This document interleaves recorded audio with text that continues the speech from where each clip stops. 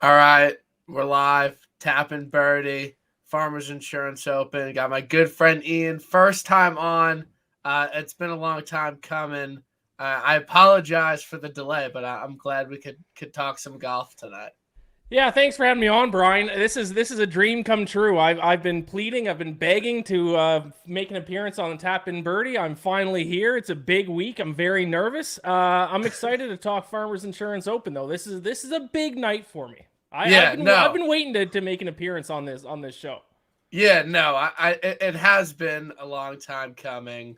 I think you're just like so much of an expert in so many different sports that like it's hard for me to like see you as a true golf guy because Right. like you're just so good at betting on every single sport. Like it doesn't matter if it's like Portuguese soccer or like Taiwan ping pong. Like you kind of got it all covered.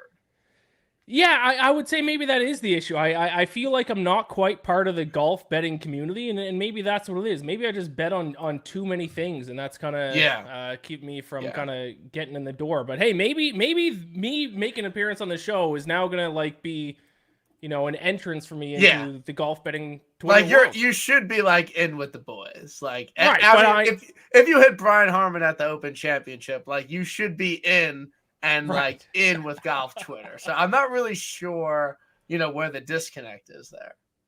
Yeah, it's I've been trying to crack into golf Twitter for a couple years. It's been tough. A couple long shots didn't kind of get me over the edge, but I think this might be it. I think making my appearance on Tap and Birdie is. I Yeah. think I'm might be officially part of golf Twitter starting now. Yeah. So if people don't know, Ian is a senior editor at BetSided. He has, dream job, legit just writes about sports betting and bets all day, like what we all wish we can do. But he, like I've, alluded to, he's a man of many talents. He bets on every single NFL game during the season. So I want to start out with that. What is your all-time record since you've been doing that? Because in my opinion, it's one of the most impressive feats I've seen on gambling Twitter. Yeah, give me a second. I can bring it up here, and I do have to note I'm not a professional better, so my strategy because I mean professional bettors are not going to bet on all Yeah. 272 NFL games. That would be stupid. Um, my view on betting, especially betting on the NFL, I think golf, to be fair, is to just make it more entertaining. And if at the end of the day, if you can finish even and not lose money, then you're winning. I like to say for not losing, you're winning. Yeah, but you Um, you are up like a decent amount of units like for the past 3 years since you've done it, right? yes, I was pretty much just trying to filibuster until I could bring up my record, and I have it here now. So through 4 seasons of the NFL of betting on every single game, I'm 549, 503, and 20 for plus 22.9 units. I So mean, that's that's not huge. I mean, it is. It's up though. I'll take it. yeah, I mean, genuinely, if I bet on every single NFL game for 4 years, I would be down so much money. Like, genuinely. Like, I can't even pick 3 or 4 games, right? And obviously, if you act like are a true gambler, you would only bet on things you have an edge on. Right. So have you like if you don't have a read on a specific game, are there any like overall betting strategies that you've learned over the past 4 years? Like you lean towards the underdog or like lean towards the over or like lean towards the sharper side? Like, are there any holistic strategies that you've learned over the past 4 years? In terms of trying to make a bet on a game where I don't think I have an edge, generally I'll just take the team getting points, or sometimes I'll just say screw it and just take the over because that's Okay. probably the most fun type of bet to place is rooting for points. But no, generally, my advice to people is if you don't think you have an edge on a game or on any type of bet, probably just don't bet it. Yeah. Don't I just bet don't the over like I do. But that's yeah. generally what I do is I'll just say screw it, let's take the over and root for points. Yeah. So we'll talk some NFL later. We'll save it for NFL later. There All was right. something I wanted to bring up, but we'll save it for NFL later. But you do put out your outright card every week. You pick a couple guys in your article. Like, what is your golf process like? Like, are you, what do you like to bet in golf? And how do you kind of land on your guys a lot of the time? Yeah, generally I've been betting on golf for a number of years now. So at least the classic events like that, like this week's event, and the ones that are at the same courses every single year, I kind of know what types of golfers I'm going to be looking Yeah, for. So it's just a process of what golfer fits that mold, and then the basic things that everyone should be looking at: course history and recent form, yeah, and then just try to find where the value's at. I don't think I do anything necessarily unique. I will yeah, say one thing that I do like to do is I do love placing round by round 3-ball bets, bets on golfers to win their group that day. You can get hot and cold in that. You can lose a lot of money in a hurry doing that, but that is electric. It makes kind of Thursdays, Fridays, and even yeah. Saturdays a Because you little bit have more action exciting. on every single group. Right. Like you always got something to track, something to tilt. I like that with first round leader bets, but Mm, those you only get a sweat, every once in a while. right. But actually, Ian was truly my introduction to golf betting. This is There you go. 100% legit. The first event back was the Charles Schwab after the pandemic. It was the only thing you could bet on. And used to work for Odd Shark, Yep. and you put out a video and you're like, yeah, I like Daniel Berger Daniel Berger. this week. And I bet him like top 10, top 20. I didn't bet him outright because you only said to bet him top 10, top 20. You did not say put the mortgage on him outright at 80 to 1, which you should have. I don't know what you were kind of thinking back then, but I remember I probably won like 100, $200, and it was genuinely the greatest thing ever. And I've been hooked ever since. So I want to thank you for your Daniel Berger shout um, at the Colonial in 2020. Yeah, I think I did personally bet it outright. Probably when I gave out the pick, I probably did just say top 10 or top 20. Back then, and even probably as recent as last year, I did a lot more. Just gave out picks for top 10, top 20, Yeah. especially early when I was on at Odd Shark and I was trying to be a professional bettor. Yeah. Now I just give names of guys and I just bet them outright, and then I let the people decide how they want to bet it. If I give a long shot and you just want to do top 20, go ahead. But I'm gonna give out 3 golfers, and I'm gonna bet them outright myself because I'm chasing that high of a big win. And that's more fun. It's more fun to hit a big bet than it is just to hit like a top 20, a plus 120. No, I 100%, a million percent agree. I was actually on Twitter. I was in a thread where people were talking about it. Like, if I have $500 to wager on a golf tournament, I would rather bet that where I could 7x it and win thousands of dollars versus betting it on top 20s and matchups where you could maybe 2 or 3x it if you're betting like longer shot top 10s. And if I were to lose that, initial investment, I would rather do it on something that could sustain it for multiple weeks. I don't think it maybe is the most sustainable, golf strategy if you want to like build a bankroll and betting on golf, No. but it's definitely the most fun, and it's a small investment to win a lot of money, and that's what makes outright betting so great. Yeah, and all you have to do is hit a couple outrights, and then you just want to chase that high again because Yeah, there's nothing no. better than hitting a golf outright. No, there is Right. nothing, and I personally wouldn't know this year. 3 straight kind of heartbreaks. Like the Gala, he charged on Sunday. Like he shouldn't have really won. Like that wasn't really as heartbreaking, but it was still Right. close. And then Ben on, that was pretty bad with the missed 4-footer and Grayson making a 40-footer. And then I had Sam Burns last week, It's and tough. he played pretty well. I mean, he played pretty well on Sunday. He was drilling putts, and he just didn't birdie 2 par 5s, and that didn't really put him in the best position with the final 2 holes. Like he was only tied with Nick Dunlap. I think it would have been a lot worse and a lot more painful if he had a 1 or 2 stroke lead and put it in the water there. Then that would have hurt a lot more. Mhm. But the fact that he easily could have lost going par in regulation, that maybe would have gotten him into a playoff, like it makes it a little bit better. But the thing about golf betting is that there were many weeks last year where I literally did not have a single sweat, like no one Right. even remotely in contention. So I would rather have a sweat and lose than just have terrible bets all week. So, as I said many times before, the process is good. The Right. process is processing. It doesn't matter if you lose the bet as long as the process was good. That is truly all that matters. So I'm happy to report the process is firing to Hashtag trust the start the year. process. You just got to trust the process. But it truly is unbelievable the run of winners that we've had Yep. on the PGA Tour to start the year. I know that the Amex has produced a lot of long shot winners in the past, but for the guy to win an event where no amateur has won since 1991, and he's a top 10 golfer of all time and a 6-time major champ. I mean, it's truly incredible how good these college kids are. I mean, when we were 20 years old in college, could you imagine winning a professional golf tournament? I mean, it's just unbelievable what these kids are up to. Yeah, no, I mean, at 20 years old, I hadn't even swung a golf club before. So, no.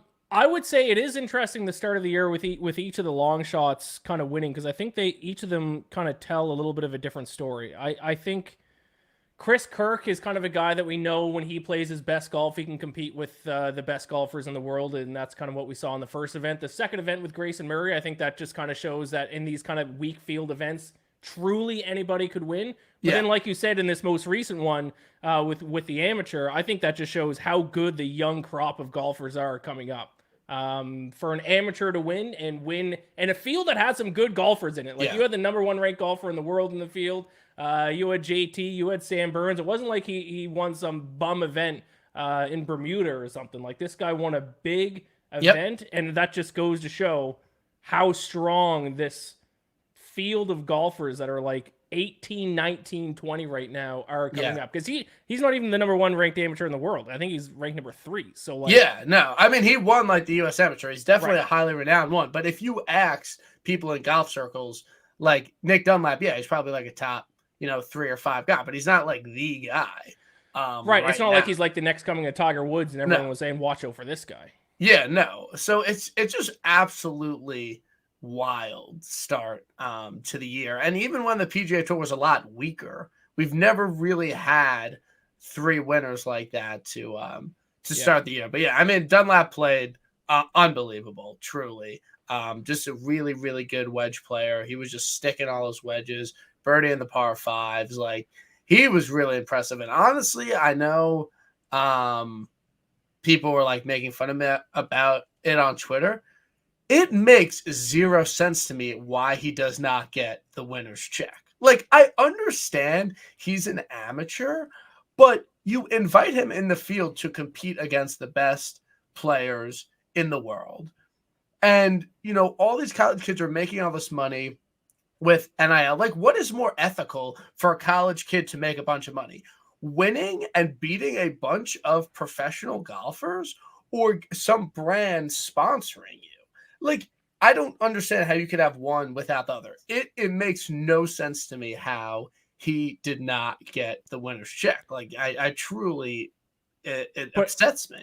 If he got the winner's check, then by definition, he wouldn't be an amateur anymore, though. I understand that, but I think in golf, if you get this sponsor exemption and everything, like, it makes it different. Like, if college kids can make money in NIL, like, I think that they should make money playing the sport. And golf's a very, like, unique sport. And I think like other sports, it's different. Like, I don't know if you're an amateur baseball player or hockey player, how you could ever like win money playing your sport. But I think golf is just in a unique spot. And I'm just worried about his financial future a little bit. I think he's going to be fine financially. I think the sponsorship deals he's going to get from that win are going to more than cover the money that he didn't get in the winner's check. Well, he's going to Live. I don't know if people saw he's on Live already.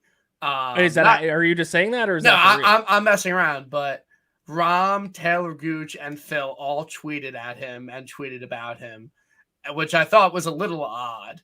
Well, Phil makes sense because Phil was the last one to win. But for those two, and then I saw that his agent is the same agent as a bunch of Live guys, because it came out that a lot of people from the same agency went to Live. Like, they must have had, similar interests and everything. So that's just a space to monitor. He might be on the fireballs in 2028. Like, it's a true, who could say? um, situation. So shout out Nick Dunlap. Fuck you, Sam Burns. That's a tough one. You win 5 PGA Tour events. Like, just win. And that's what pissed me off is that Ben On, he's never won before. He's a loser, in my opinion. But Sam Burns is like a winner. Like, he knows how to close golf tournaments. So I'm shocked he didn't. I'm shocked Sam Burns didn't win that heading into the final round. Yeah, that was a tough one. Farmers Insurance Open this week. Torrey Pines. Yep. Had some really good winners here. I think this is the event that people really start to care about the golf season. It's, of course, people know it's a decent field. It's on CBS. I really like the move to make it Wednesday through Saturday. I know you got a lot going on, but like the average casual fan, they're not going to watch the Sony or the American Express or even the Farmers over NFL football. And that's what the PGA Tour has going for them, is that the majority of the season is without the football season. But I really like this move, and I'm sure that it's been beneficial to the tournament.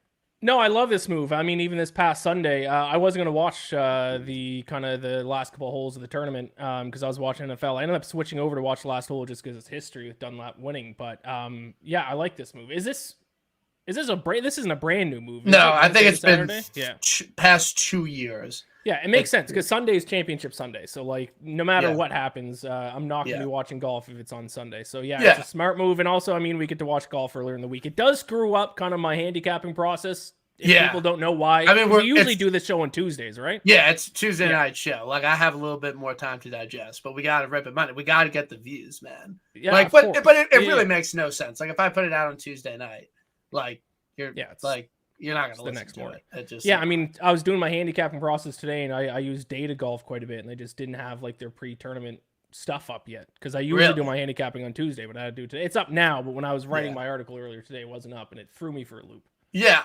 it's tough for me, working a real job, unlike you. I know you have a real job, but like I'm just really jealous of you. Like to 2 days of work with golf on, it's manageable, but 3 days, it's tough. Like, Friday potentially like guy in the mix, like that's weekend golf. I'm not supposed to be sitting at a desk like working and sending emails and stuff when I got a guy in the mix on Sunday. So I'm glad it's at least later in the day.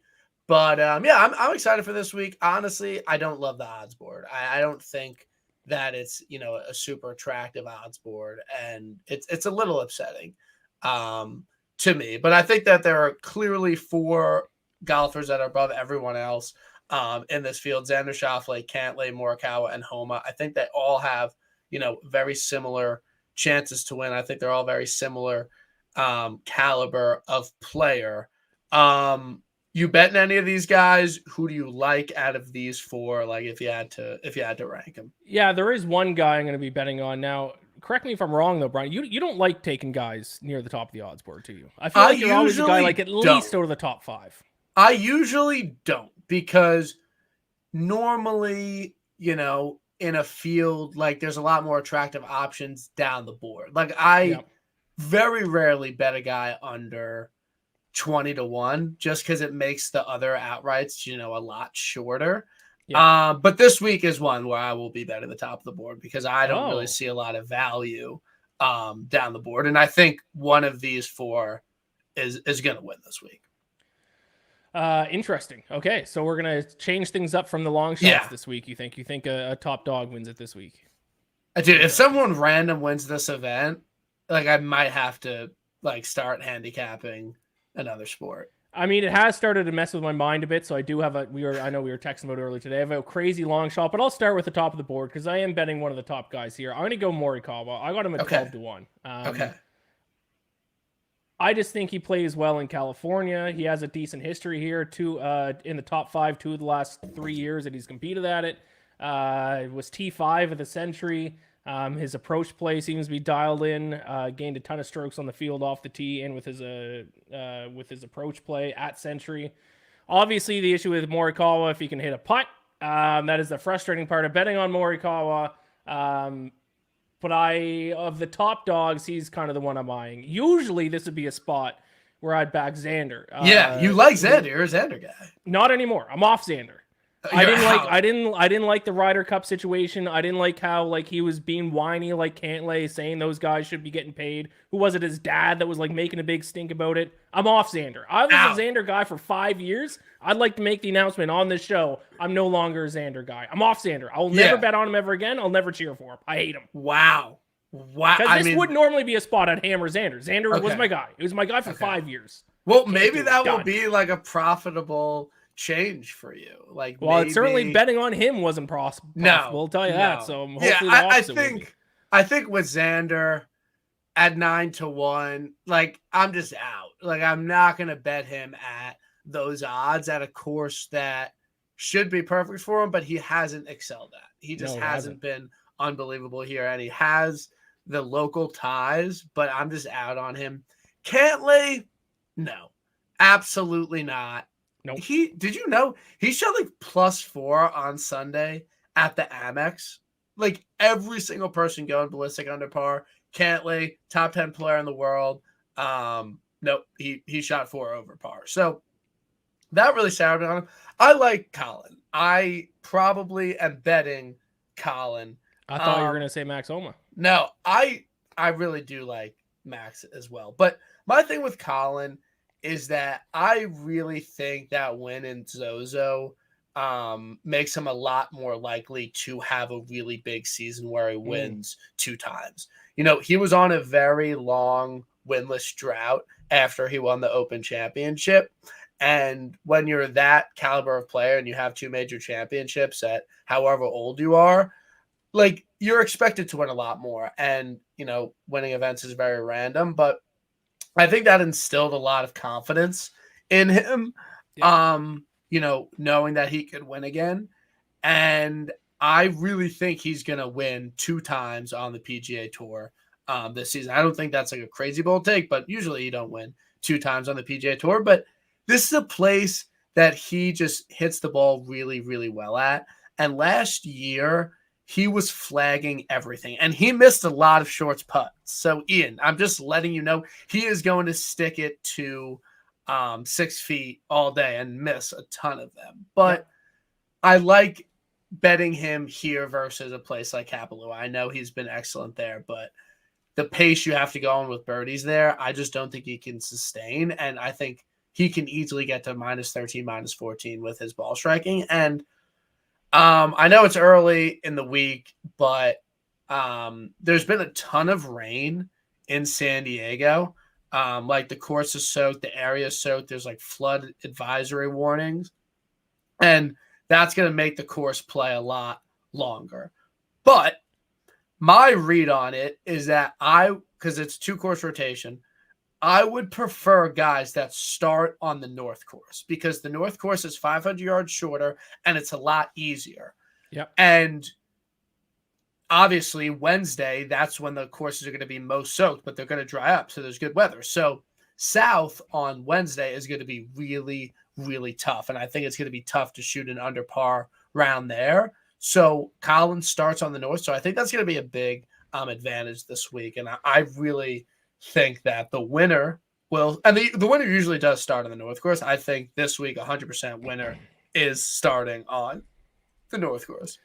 That's a great point. I like that. Line of thinking.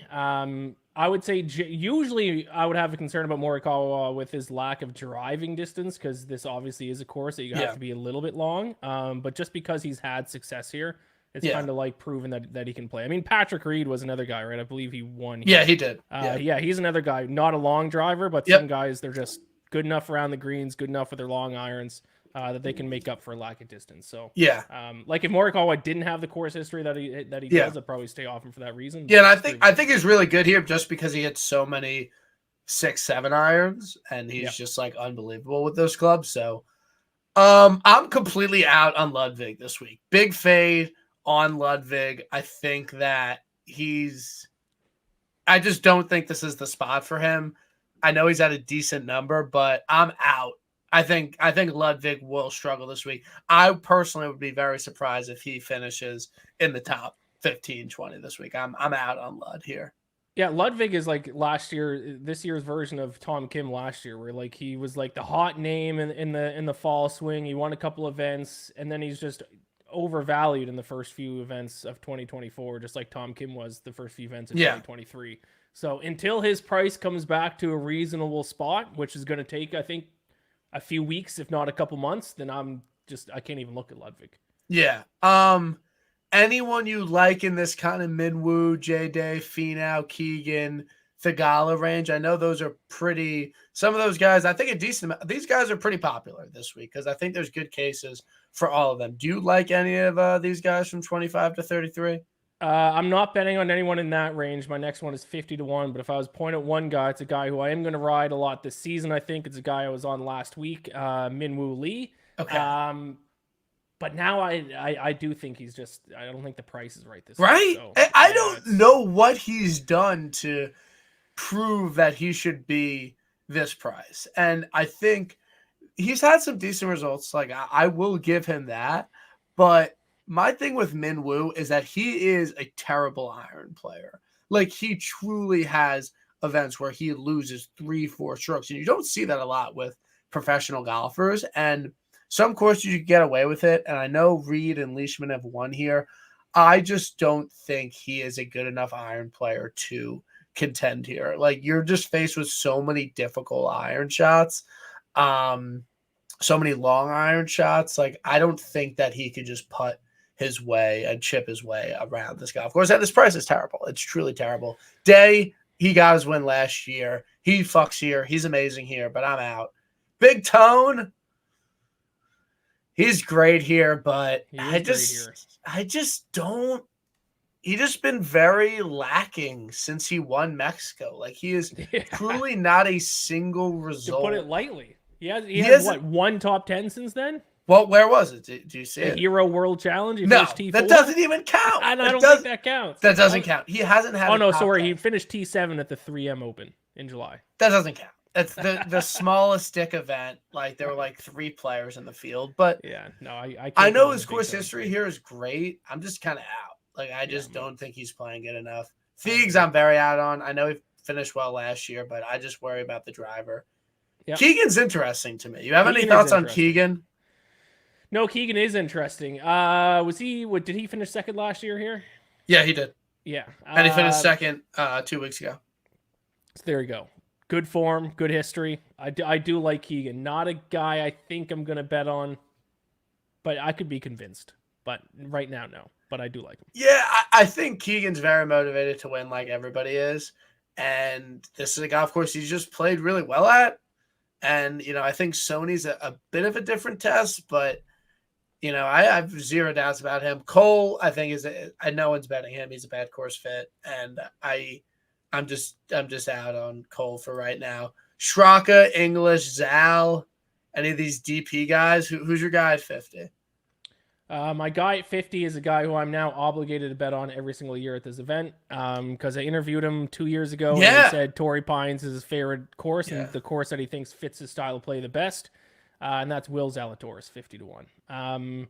Obviously, a big issue, him coming off the injury. He played abysmal up until this past week. He actually played. Yeah, he played well.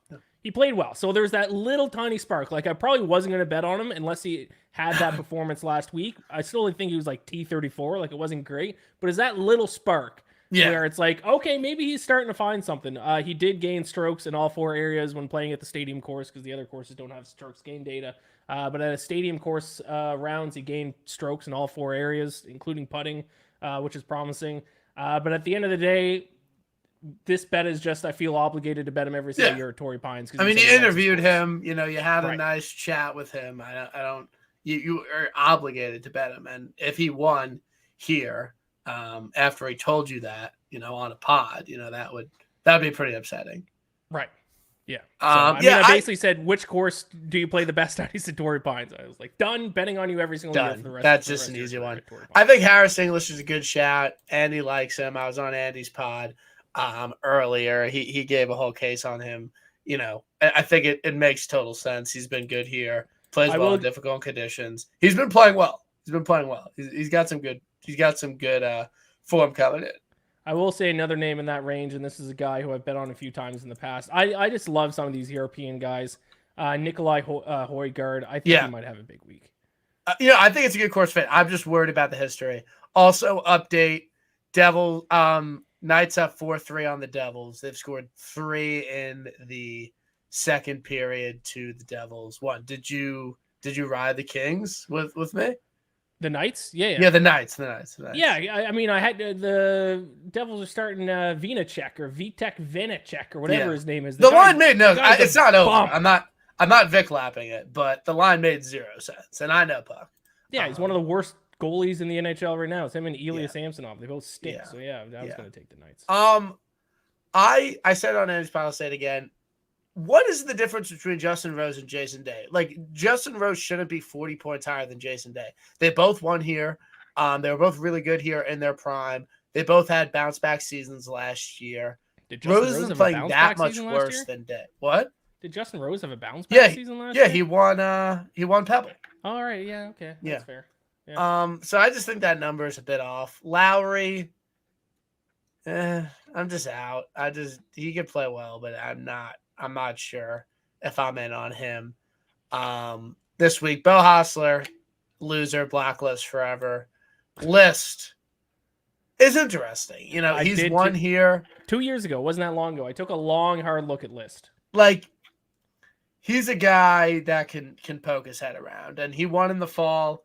Ryder Cup snub. He wants to be at Bethpage.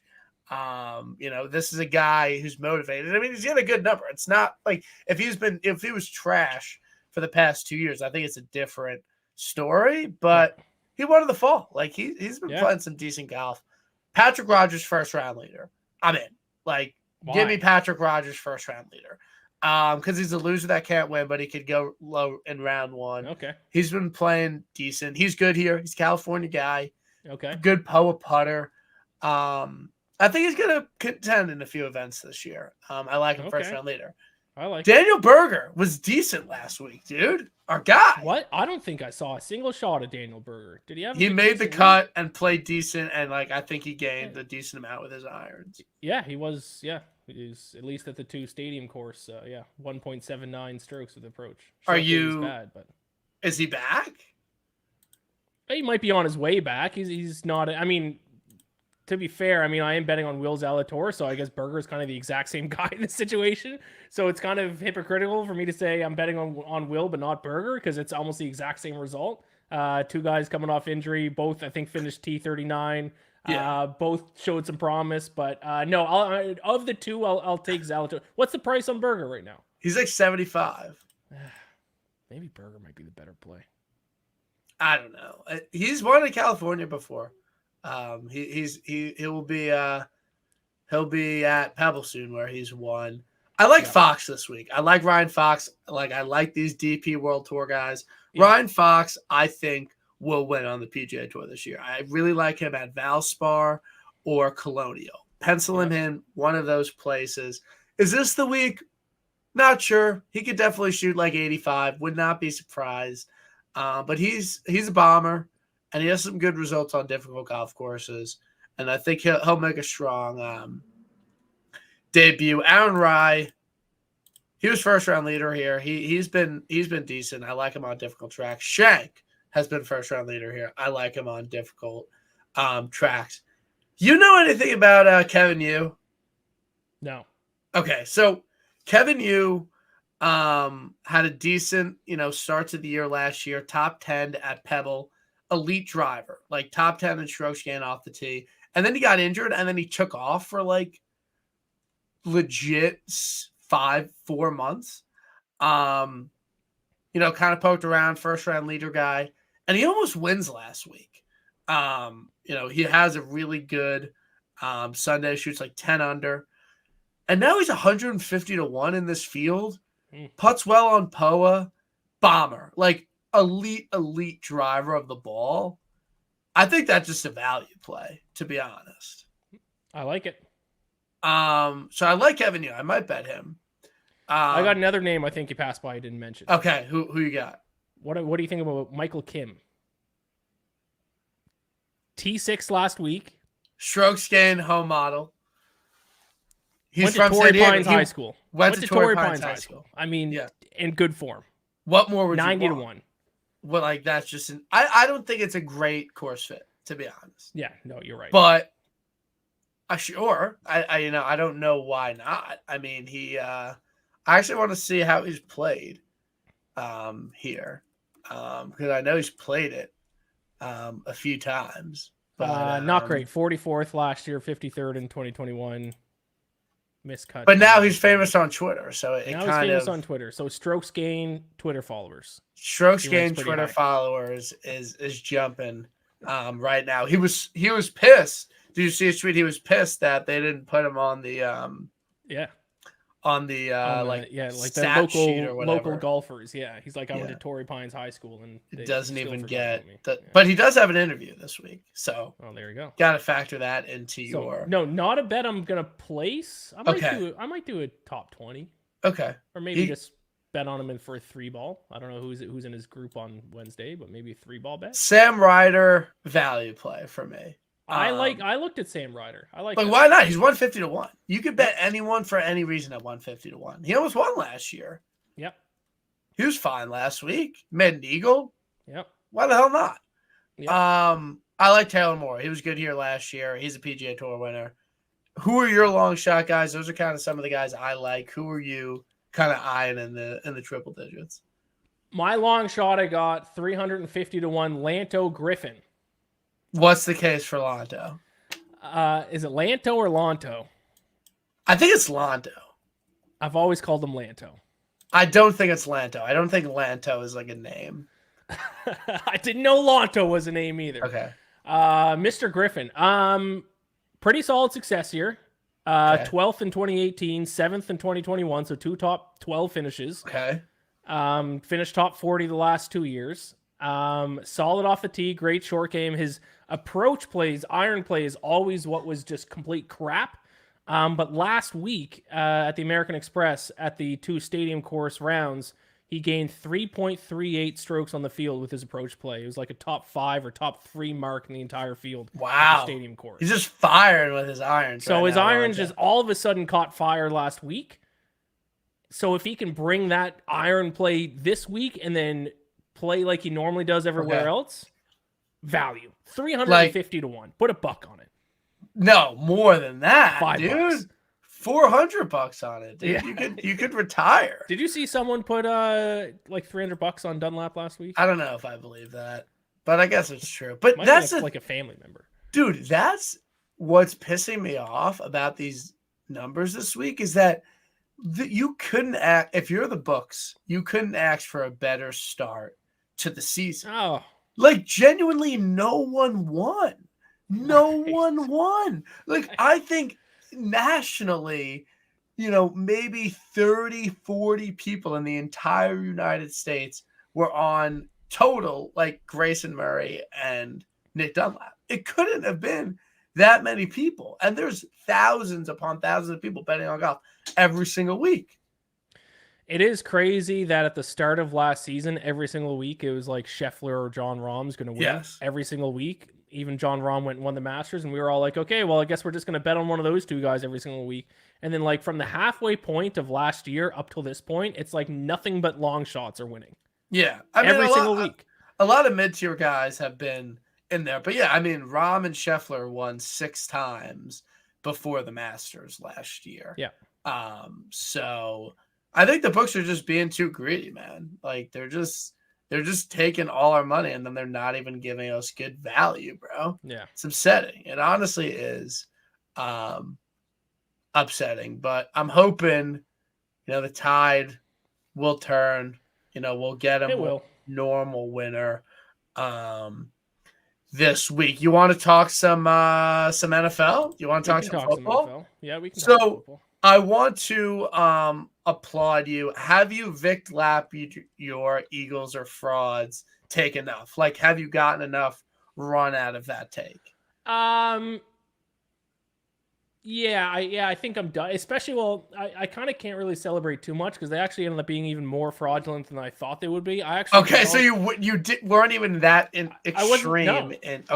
I bet on them 2 of the last 3 weeks. I bet on them both games they played against the Giants, and they didn't cover in either and lost outright in week 18. So like I jumped back on the Eagles train too early. So I actually didn't call them fraudulent enough. They stunk. But yes, when I first said that they were fraudulent, they had one loss. They're like 8-1 or 10-1 or something. And I got ripped apart by Eagles fans. And I turned out, if there's one thing I can do in sports, is point out a fraud. Okay, that's your no, because you've been good at pointing out frauds. You did, call my Islanders a frauds for a while, and I think a that couple years ago, yeah, and I John think Taffer got mad at me for it. Yeah, you just like have beef with Long Island, like in the metro area, but you did have a good time at UBS when we went together. I know you didn't have as much of a good time as when they played the Leafs and they lost.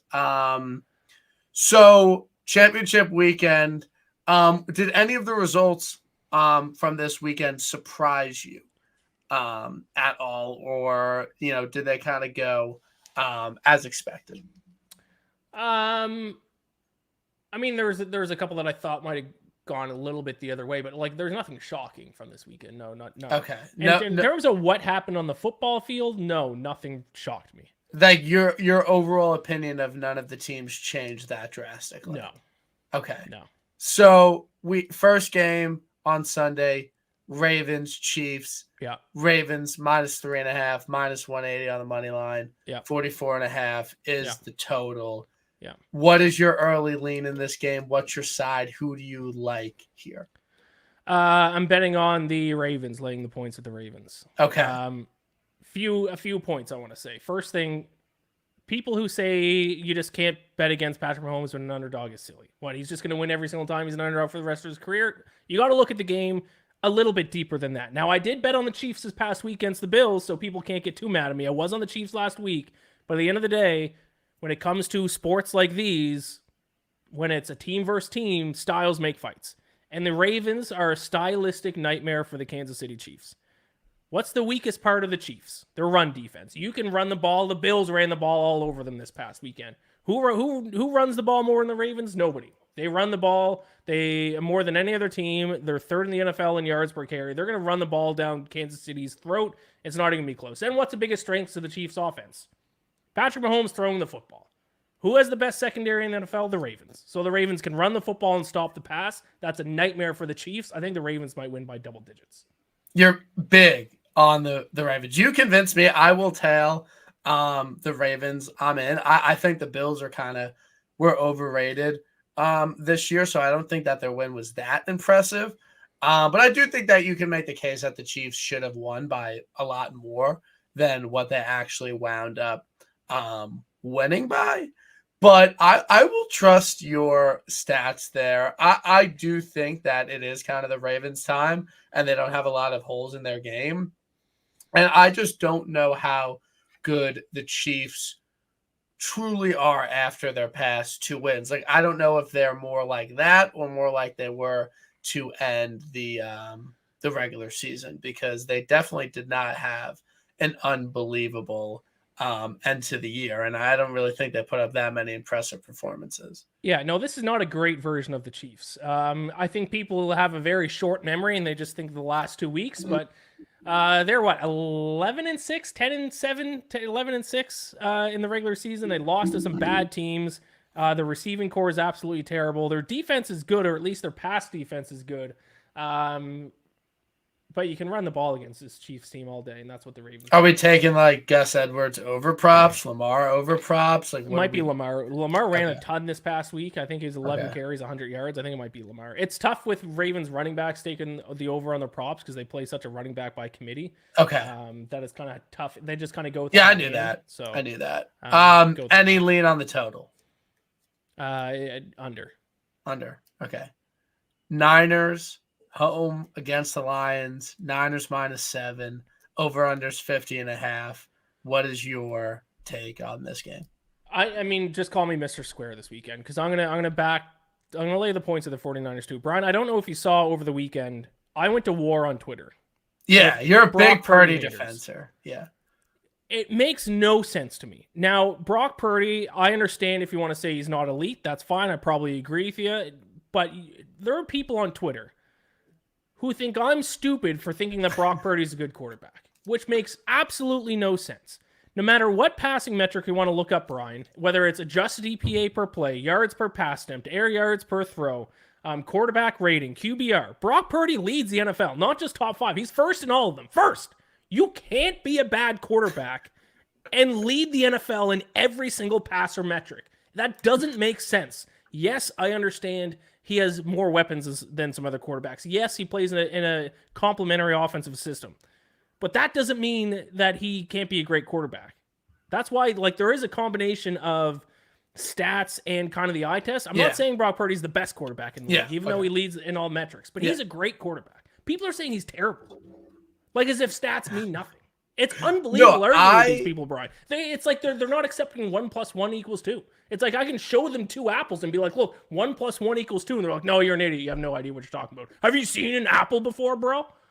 It's unbelievable. Do you know ball? Do you know ball? Do you even watch the game?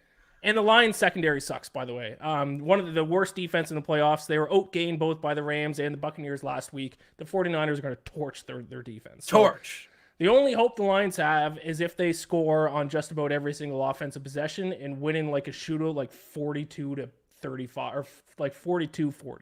Okay. It's not gonna so I have been on the Brock Purdy hating train. However, this was when he was the favorite to win the MVP, and I was like, he is not the MVP of the league. I think Brock Purdy is a great quarterback. I think he's top 5, top 7, whatever in the NFL. But when he was a favorite to win the MVP, I just completely disagreed with that. And I think it kind of just, the award has turned into who's the best quarterback and not who's the actual most valuable player. Right. I like the over in this game. This will be a Sunday night. Just lost everything on golf, trying to get back into it, and just kind of a Sunday night Hail Mary. Points. These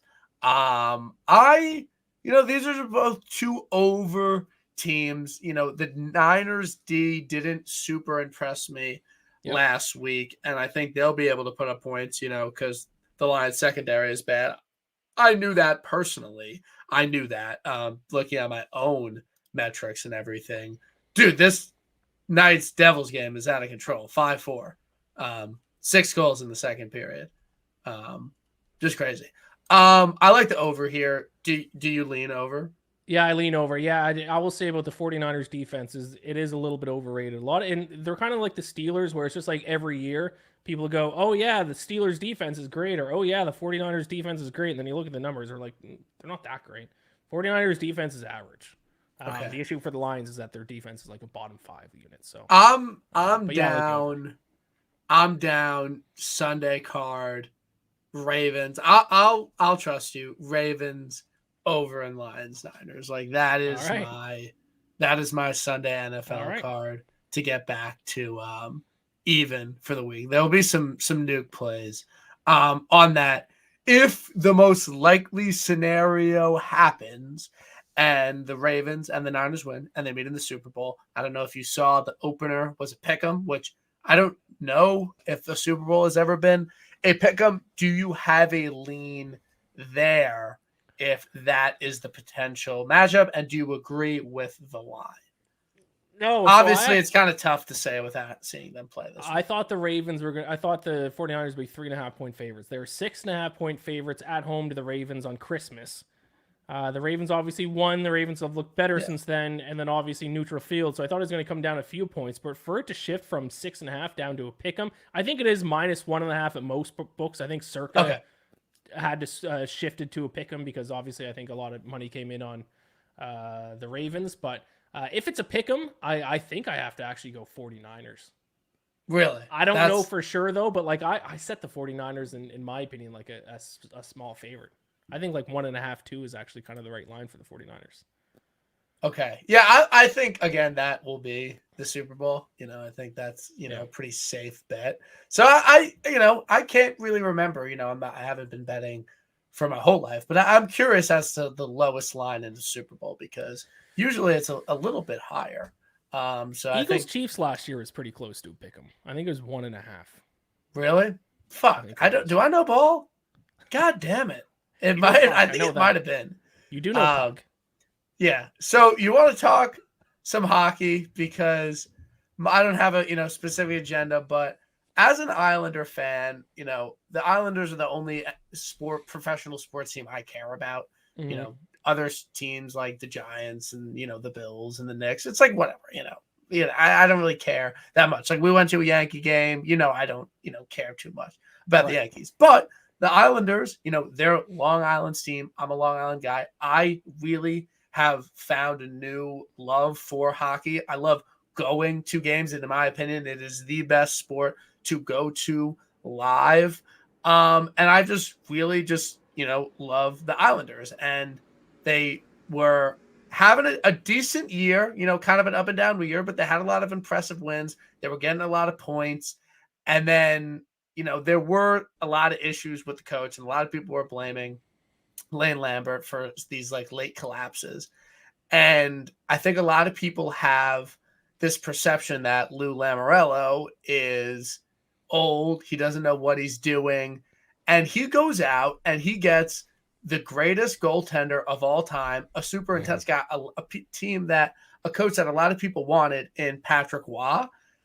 And I could not be more jacked up and excited to be an Islanders fan for the rest of the year. I know your team is going through some coaching issues. What are your overall thoughts on this move for the Isles getting Patrick Waugh? It's certainly exciting. I mean, I think the Islanders definitely had to make a change at coach. I wish my Maple Leafs would too. I don't know if I'm fully convinced how good of a coach Patrick Waugh is. It's an exciting move. I think it's a high ceiling move. I think this could work out really well for the Islanders, but I mean, he was in the NHL, then he's out. I don't know who has he been coaching the past few years? Did he go back He's down to been coaching like the junior league, yeah. like the junior Quebec league. I know nothing about that. Is that like below the AHL? Like, Was it the Q, the Quebec Major Junior League that he was coaching in? I think so. Yeah. So in Canada, in the US, if you want to go pro hockey, you go the same thing as other sports where you go high school, college, and then the NHL. In Canada, it's not based on schools. You Yeah. go up through the leagues. The highest of the high is the major junior league. That's where players get drafted out of. So, and then what happens is if you don't make the NHL, then you go to college, and for every year you play major junior, they pay for a year of your college. So all college hockey players are like mid-20s. Okay. Yeah. So Yeah. Quebec Major Junior is the one step before the NHL. Got so it's long similar answer to that like question. the AHL, like the league, like the feeder league for the NHL. No, because the AHL is like you're on an NHL team, but not on the NHL roster, so you go play AHL. So it'd be Got equivalent it. to U.S. college. Got it. Okay. Um, as for overall thoughts on the NHL season, any futures, Stanley Cup odds, I have it up. I could share my screen, but Avs 8-1, Panthers 9-1, Oilers 9-1, Stars 10-1. Is there any future you like? I don't. Why are the Canucks 17-1? Like they're really good, and I know the West is tough, but are they like frauds? Like I They think are they're really frauds. talented. The frauds. They're frauds. Now they are a good team. They're a playoff team. I think their odds to win the Stanley Cup are set probably about right, 17-1. But they're shooting at a level that's just unbelievable. If you look at their shooting percentage compared to every other team, they're like out there. Their shooting percentage is like almost 2% higher than the next best team. That level of shooting is unsustainable, in my opinion. There's a stat that hockey people like to point out, which is PDO, it's called, and it's a combination of shooting percentage and save percentage. A lot of metrics guys in the NHL think the PDO is a luck stat. I don't know if I'd go that far because there is a skill, obviously, to save percentage and shooting percentage.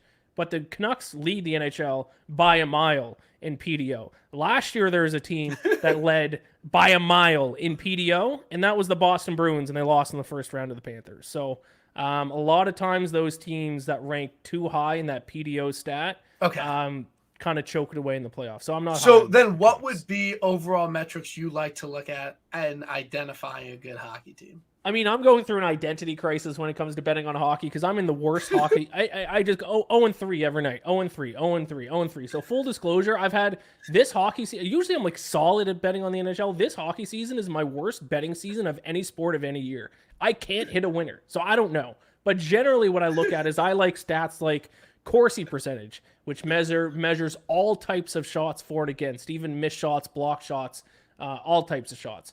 I like expected goals against, expected goals for. I like high danger scoring chances. Those are kind of the ones that I look at. Generally, I think shooting percentage and save percentage, to a certain extent, there's a lot of variance in those stats.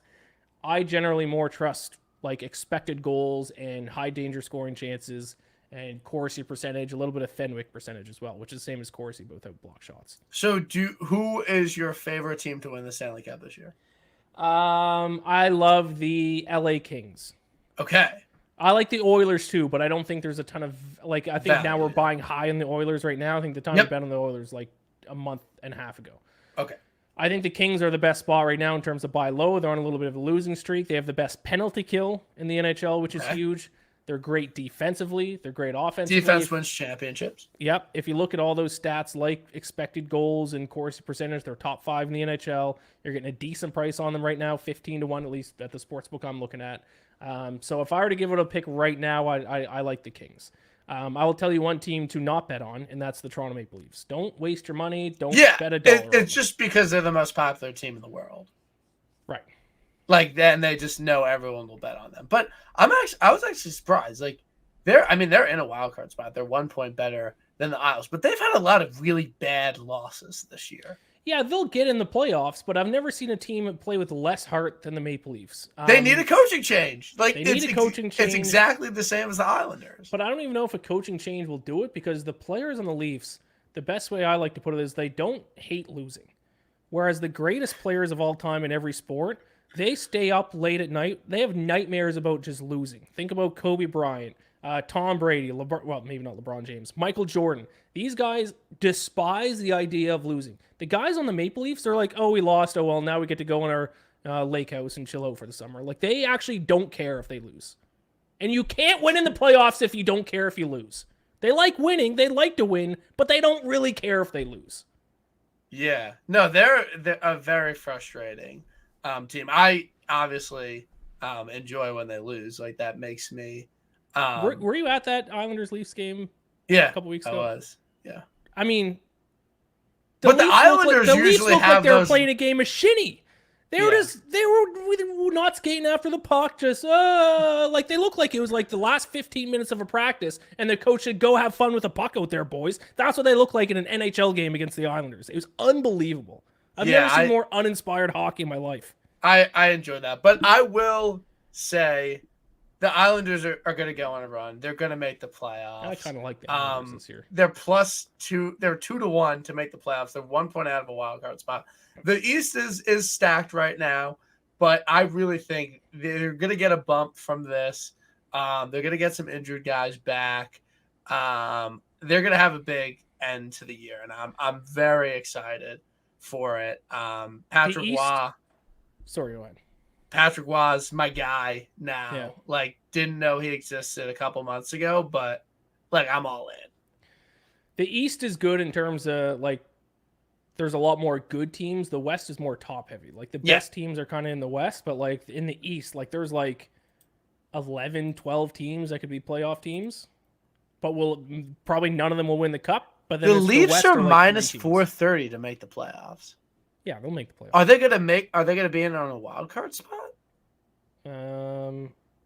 Like, that's a crazy price in my opinion. Yeah, the Red Wings are gonna fall off for sure. The Flyers are probably gonna fall off. Yeah, I mean, they might be wild card, but they'll make the playoffs. That's a crazy line in my opinion. I don't agree with that. But they're very overvalued for many reasons. I mean, I wouldn't hate if they finish in the wild card and they can play the Metropolitan Division in the first 2 rounds instead. I wouldn't hate that. Get me out of these Atlantic Division games. Yeah, I hate how the NHL playoffs are set up. By the way, are the Rangers good? Rangers are very good. They have the best like special teams in the NHL, so they're very good power play and very good penalty kill. But if they don't get those going, then they're in trouble. But yes, they are generally a good team. Okay, I hope that. I mean, I know their record. I know they're like winning a bunch, but like, I just was wondering if they were. I think the best team in the East is the Panthers. Yeah, I think that's I mean, they're the second favorite. I think they are definitely. We have them this Saturday. We're gonna win. I can't make it. I would have loved to go on. I love a nice weekend hockey game where I could get toasted. I actually got a ticket when we went because I parked.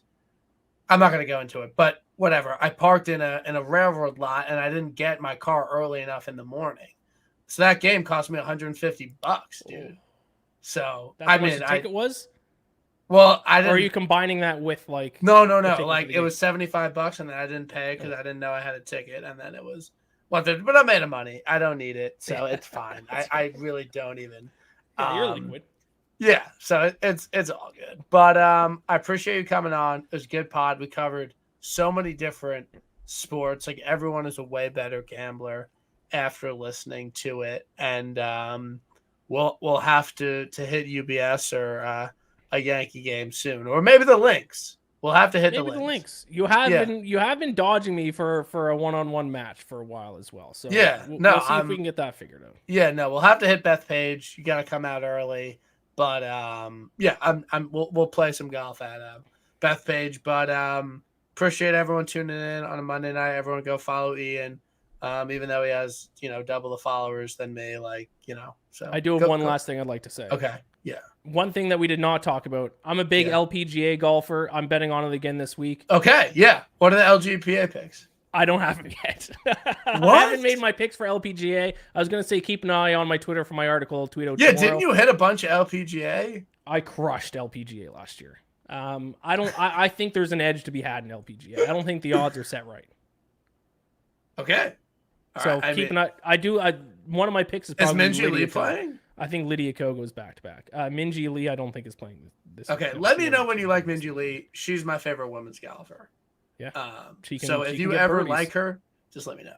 Because I think she's beautiful. Like I think she's very attractive, and she's really, really good at golf. Very good as well. She can get birdies. She has some issues scrambling sometimes, but she can find birdies. We want her on like easy short game tracks. Yeah. Okay. Well, that's something to factor into the miles. So we will do that. But we'll see you next week. Pebble week. Everyone go follow Pebble's Ian. next week, is it? Wow. Pebble's next week. Pebble, Waste, right. Genesis. Good stretch. And yeah, it'll be good. But see everyone next week. Everyone have a good night. And yeah.